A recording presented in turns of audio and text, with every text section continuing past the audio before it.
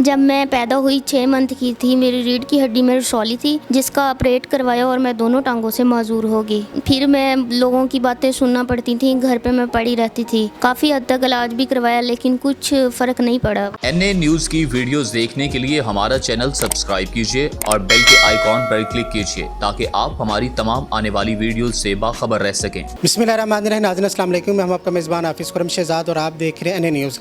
नाज़रीन, रहीम यारहा के चक number 114 P में मैं मौजूद हूँ। मेरे साथ महविश मुस्तफ़ा मौजूद है, जिनकी उम्र जब 6 माह थी तो इनकी रीढ़ की हड्डी में एक इंजेक्शन लगा, जिसकी वजह से इनके दोनों टांगों ने काम करना छोड़ दिया। महविश ने हिम्मत नहीं हारी नाज़रीन। फिर इन्होंने एक सिलाई सेंटर में जॉब स्टार्ट की, सिलाई सीखना शुरू की, लेकिन इनके बाजू काम नहीं करते थे, लेकिन वो भी इन्होंने जॉब छोड़ दी। उसके बाद इनकी किसी ने मदद की 10,000 रुपये। उस 10,000 से इन्होंने अपने घर में एक जनरल स्टोर खोला। उसी जनरल स्टोर को आज ये चला रही हैं काफ़ी अरसे से और अपने माँ बाप की जो खिदमत है वो कर रही हैं। उसी जनरल स्टोर से इनके घर का गुज़र बसर हो रहा है। महविश से इनकी आगे की दास्तान सुनती हैं, जो इनको मुश्किलात आई, कैसी कैसी मुश्किलात का इन्होंने सामना किया है। आइए महविश की ज़बानी सुनते हैं। अच्छा महविश, मुझे ये बताइएगा क्या वाक़या आपके साथ बचपन में पेश आया? बिस्मिल्लाहिर्रहमानिर्रहीम। अस्सलाम वालेकुम। मेरा नाम महविश मुस्तफ़ा है। जब मैं पैदा हुई 6 मंथ की थी, मेरी रीढ़ की हड्डी में रसौली थी, जिसका ऑपरेट करवाया और मैं दोनों टांगों से माजूर हो गई। और फिर मैं लोगों की बातें सुनना पड़ती थी, घर पे मैं पड़ी रहती थी। काफ़ी हद तक इलाज भी करवाया लेकिन कुछ फ़र्क नहीं पड़ा। कितने बहन भाई? हम 5 बहनें और 2 भाई हैं। भाई बड़े हैं कि छोटे हैं? भाई बहनों से छोटे हैं जी। अच्छा, आप घर में पड़ी रहती थी तो किसने आपको सहारा दिया? मेरी खुद ही मैंने सोचा कि क्यों नहीं कि मैं थोड़ी हिम्मत करूं और आगे बढ़ूं। मेरी मम्मा ने कहा कि आपसे भी कम लोग जो है होते हैं, पड़े रहते हैं, तो आप हिम्मत नहीं हारें, आगे बढ़ें और अल्लाह ताला पे छोड़ दें। और फिर मैंने एक रिक्शे वाले को कहा कि मुझे ना आप लेके जाया करेंगे VTI वोकेशनल। फिर मैंने वहाँ पे जाना स्टार्ट किया और मैंने सिलाई कढ़ाई का डिप्लोमा किया।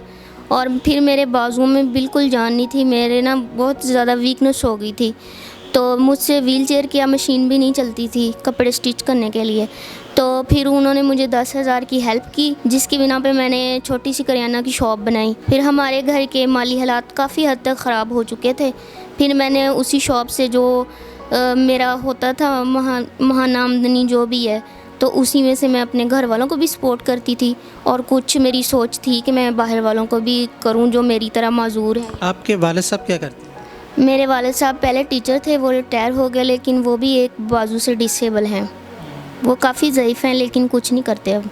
आपको ये जॉब करने के लिए, दुकान बनाने के लिए नौबत क्यों आई? घर के हालात क्यों इतने ख़राब थे? बस घर के हालात काफ़ी हद तक इसलिए ख़राब हो चुके थे, मेरे वालिद ने रिटायरमेंट ले ली और आगे फिर छोड़ दिया। और 10,000 से कुछ भी नहीं हो रहा था, घर का नहीं खर्चा हो रहा था। तो भाई भी छोटे थे, तो फिर मैंने फ़ैसला किया कि मैं छोटी सी शॉप बना के। बहनों में सबसे छोटी हैं? मैं बहनों में सबसे बड़ी हूँ।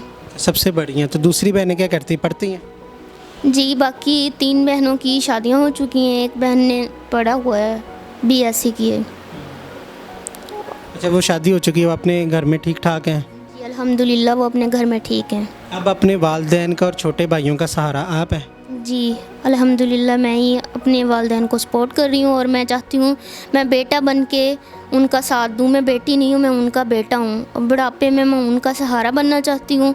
और मैं चाहती हूँ कि जिस तरह मैं माजूर हूँ, जिस तरह मुझे मुश्किलात का सामना करना पड़ा, ऐसे जो भी डिसेबल और माजूर बच्चे हैं, वो जो कुछ नहीं कर पाते, मैं उनकी भी हिम्मत बनना चाहती हूँ और उनकी आवाज़ बनना चाहती हूँ। और मैं चाहती हूँ कि मेरा एक ख्वाब है, मेरा एक छोटा सा अदारा हो, जिसकी बिना पे मैं ऐसे बच्चों को कुछ ना कुछ प्रोवाइड करवा के दूँ, या व्हील चेयर या कुछ भी। तो मेरी यही गुजारिश है सबसे कि आप भी मेरी हिम्मत बने और हौसला दें, ताकि मैं इन जैसे बच्चों का सहारा बन सकूं। अच्छा, आपको इंजेक्शन लगने के बाद आप दोनों टांगों से माजूर चुकी थी, आप चल नहीं सकती थी, तो किसी फलाही इदारे ने या किसी हुकूमती नुमाइंदे ने आपकी कोई मदद की? नहीं, फ़िलहाल तो किसी ने नहीं की। मैंने सोशल वेलफेयर में भी अप्लाई किया, लेकिन नहीं। 3 साल मैं वहाँ पे जाती रही कि मेरा कोई वजीफ़ा वगैरह लगा दें। फिर उन्होंने 3 साल बाद जाके मुझे 9,000 रुपये दिया। 9,000 से कौन सा कुछ होता है? तो ना किसी ने वजीफ़ा लगा के दिया, ना मुझे कुछ करके दिया। सिर्फ 9,000 रुपया एक बार मिला आपको बस? जी, उधर से 9,000 ही मिला मुझे और नहीं। या वीटीआई वोकेशनल वालों ने मुझे 10,000 दिया था, जिसकी वजह से मैंने शॉप बनाई। करियाना की शॉप, उस 10,000 से आपने करियाना की शॉप जी उसी। कितना अरसा हो गया आपको शॉप चलाते हुए? मुझे 3 साल हो गए तकरीबन स्टार्ट किए हुए। फिर अदारा तलीम आगाही वाले आए और उन्होंने भी मेरी आवाज़ आगे उठाई और मुझे उन्होंने सिलाई कढ़ाई का 3 मंथ का सेंटर ओपन करवा के दिया था। बच्चियां गांव की आती थी मेरे पास सीखने के लिए। 50 बच्चियां आती थी, 25 सुबह को आती थी, 25 शाम को आती थी। माशाल्लाह से उन्होंने काफ़ी कुछ सीखा। मैं चाहती हूँ कि ऐसे ही ना मुझे मुस्तकिल तौर पे ना, जो इदारा आपने बनाया सिलाई सेंटर का, उसके अखराजात कौन उठाता था? वो सारा कुछ खुद अपने घर से लेके आती थी। लेकिन जो है ना अदारा तलीम आगाही वाले, उन्होंने मुझे मंथली 20-20 हज़ार रुपये तनख्वाह दी और 700 रुपये मंथली बच्चियों को वजीफ़ा लगा के दिए। 3 मंथ का था, वो कंप्लीट हो गया। इनका वो इदारा उनका था, आपको एज अ टीचर उन्होंने वहाँ पे रखा। जी जी। आप जो आपकी करियाने की शॉप है, तो कितनी आपको इनकम वहाँ से मिल जाती है? तकरीबन अगर मंथली लगाऊं तो 10-12 हज़ार हो जाता है। तो डेली का मुझे 250-300, कभी कभी 400-500 भी हो जाता है और कभी 200 बनता है, नहीं बनता।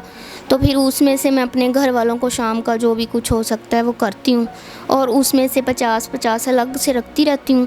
जो भी मेरी नज़र में कोई ऐसा मुस्तहिक आता है तो मैं उनकी भी हेल्प करती हूँ। अच्छा, आपकी मैंने शॉप देखी एक गांव में मौजूद है, तो आपने अगर वो शॉप की जो चीज़ें वगैरह लानी हो तो वो तो शहर से मिलती हैं, तो वो शहर से कौन लेकर आता है? जी मैं खुद जाती हूँ। मेरा रिक्शे वाला है, 2 रिक्शे वाले हैं। मैंने उनको कॉल करनी होती है और वो मुझे उठा के अपने साथ बिठा लेते हैं।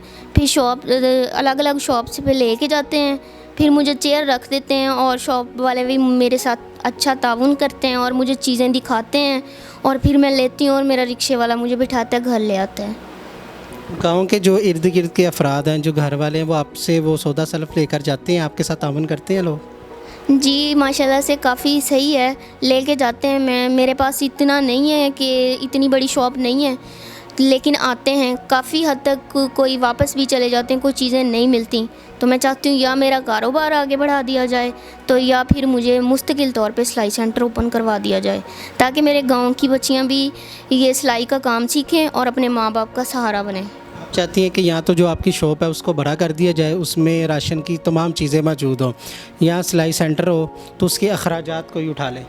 जी ऐसे ही चाहती हूँ कि या तो मेरी मंथली पे लगा दें ताकि वो मैं सिलाई सेंटर इजीली अपने घर में बैठ के चलाऊं और इज़्ज़त से कमाऊं। और दूसरों को भी मेरा यही मैसेज है कि हम लोग किसी पे बोझ नहीं हैं और अल्लाह ताला ने हमें जैसा भी बना दिया है अल्हम्दुलिल्लाह हर पल अल्लाह पाक का शुक्र अदा करना चाहिए। हमसे भी नीचे लोग हैं अगर देखा जाए तो। हम तो फिर चलो हाथ हैं, पाँव नहीं है तो क्या हुआ, दिमाग तो दिया हुआ है ना अल्लाह का हर पल शुक्र अदा करना चाहिए। और मैं चाहती हूँ जितने भी मज़दूर बच्चे हैं या बच्चियाँ हैं वो भी आगे बढ़ें, हिम्मत नहीं हारें। मांगने से बेहतर है कि कमा के इज़्ज़त से खाएं और अपने घर वालों को भी सपोर्ट करें। देखने वालों को जाते जाते क्या पैगाम देगी महविश? देखने वालों को मैं जाते जाते यही पैगाम दूंगी कि काफ़ी हद तक जो माँ बाप हैं वो अपने ऐसे बच्चों को सपोर्ट नहीं करते। तो प्लीज़ खुदारा, ये अल्लाह पाक की तरफ से होता है जो भी होता है, तो अपने बच्चों को हिम्मत दें और उनका सहारा बने। उन्हें सपोर्ट करेंगे तो वो काफ़ी कुछ कर सकते हैं और अपनी मंजिल तक पहुंच सकते हैं। और हम किसी पे बोझ नहीं हैं, जैसा भी अल्लाह पाक ने बना दिया है उस पर हम शुक्र अदा करते हैं। और वालिदैन को भी चाहिए कि हमें अल्लाह पाक ने ऐसा बनाया है तो वो भी अल्लाह पाक का शुक्र अदा करें और उनका सहारा बने और उनको सपोर्ट करें।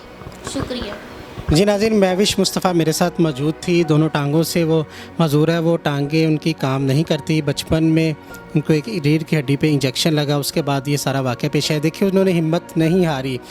वो एक जनरल स्टोर चला रही हैं। उनका ख्याल ये है यहाँ के उनके कारोबार को बढ़ा दिया जाए, यहाँ एक सिलाई सेंटर खोलकर उनकी तनख्वाह लगवा दी जाए ताकि वो आगे की ज़िंदगी बसर कर सकें और अपने माँ बाप का जैसे सहारा बनी या मज़ीद सहारा बनी रहें। आज की वीडियो आपको कैसी लगी कमेंट सेक्शन में अपने ख्यालात का इज़हार ज़रूर दीजिएगा। और महविश मुस्तफ़ा का नंबर स्क्रीन पर चल रहा है, जो इनकी मदद करना चाहें, इनके कारोबार में मदद करना चाहें, वो डायरेक्ट इनके साथ रब्ता कर सकती हैं। इसी के साथ अपने मेज़बान हाफिज़ खुर्रम शहज़ाद को दीजिएगा इजाज़त। अल्लाह निगहबान।